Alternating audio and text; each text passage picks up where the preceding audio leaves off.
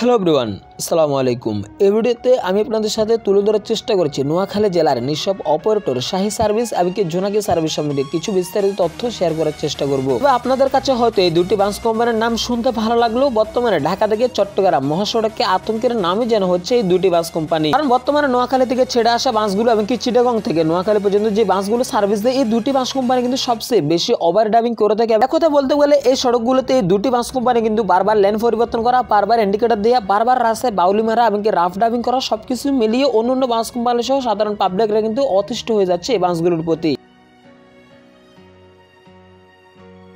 এবং এই বাসগুলো যদি আমি ওভারঅল স্পিডের কথা যদি বলি তাহলে দেখা যাচ্ছে 135 কিংবা 140 এরকম পর্যন্ত এই বাসগুলো কিন্তু ড্রাইভ করে থাকে এবং ওভার স্পিডে ড্রাইভ করাটাই যেন বর্তমানে এই বাসগুলো একটা পেশা হয়ে দাঁড়িয়েছে। যেখানে অন্যান্য বাস কোম্পানিগুলো হানিফ, শ্যামলী এবং ঢাকা চট্টগ্রাম রোডে যে সমস্ত বাসগুলো সার্ভিস দিয়ে থাকে অন্যান্য বাসগুলো ওভারঅল 120 কিংবা 115 পর্যন্ত সর্বোচ্চ স্পিড তুলে থাকে, সেখানে শাহী এবং জোনাকি সার্ভিস 140 145 পর্যন্ত তারা স্পিড তুলে থাকে। তবে এখন আমার প্রশ্ন হচ্ছে বাসের যেহেতু সর্বোচ্চ স্পিড হচ্ছে 140 পর্যন্ত, তাই সেক্ষেত্রে আর কি ড্রাইভার 140 পর্যন্ত স্পিড তুলতে চায় আর কি এরকম একটা অবস্থা। তবে আমার কথা হচ্ছে আদৌ কি 140 স্পিডে থাকা বাসগুলো ব্রেক কি ঠিকঠাক মতো হয় নাকি? কারণ আমার জানা মতে এমনিতে কিন্তু হিনো একেজে ব্র্যান্ডের বাসগুলোর বাংলাদেশে একটু ব্রেকিং সিস্টেম দুর্বল আছে। এই ব্র্যান্ডের বাসগুলোর ব্রেকিং সিস্টেম একেবারে দুর্বল। হিনো একেজে ব্র্যান্ডের বাসগুলো সেখানে 140 স্পিডে যদি ঘন্টা বাসগুলো ছুটে যায় তাহলে ইমার্জেন্সি অবস্থায় বাসগুলো কিভাবে ব্রেক করবে? তবে এত কিছুর পরও শাহী সার্ভিস এবং জোনাকি সার্ভিস বর্তমানে ঢাকা চট্টগ্রাম মহাসড়কে এত পরিমাণে রাফ ড্রাইভ করে থাকে এবং এত পরিমাণে বারবার ইন্ডিকেটর, বারবার বাউলি মারা এবং দুটি বাস একসাথে হয়ে এর নাশকতা করে যাচ্ছে এবং আমার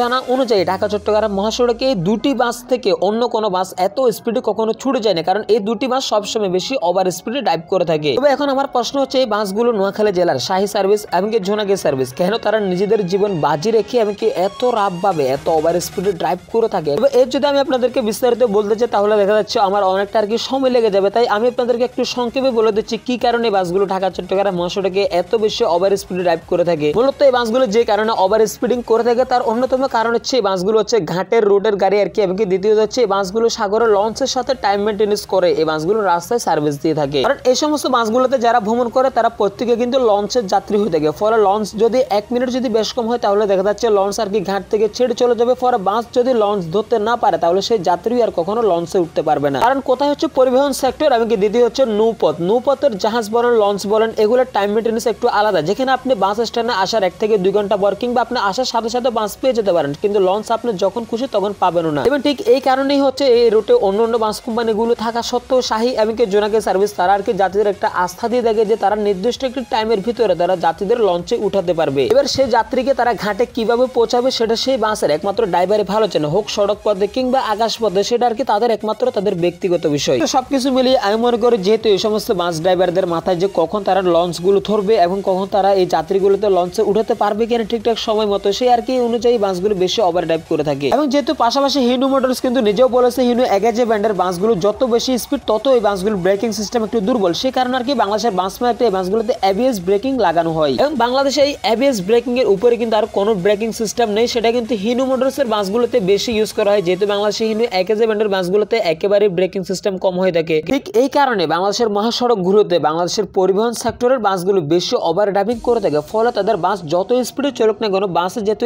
এবিএস লাগানো থাকবে বাস জায়গায় ব্রেক হয়ে যাবে। তো সবকিছু মিলিয়ে 3 মিনিট 55 সেকেন্ডের মতো যারা আমার সাথে ছিলেন তাদের কাছে অসংখ্য ধন্যবাদ। দেখা হবে নেক্সটে অন্য কোনো ভিডিওতে। আল্লাহ হাফেজ।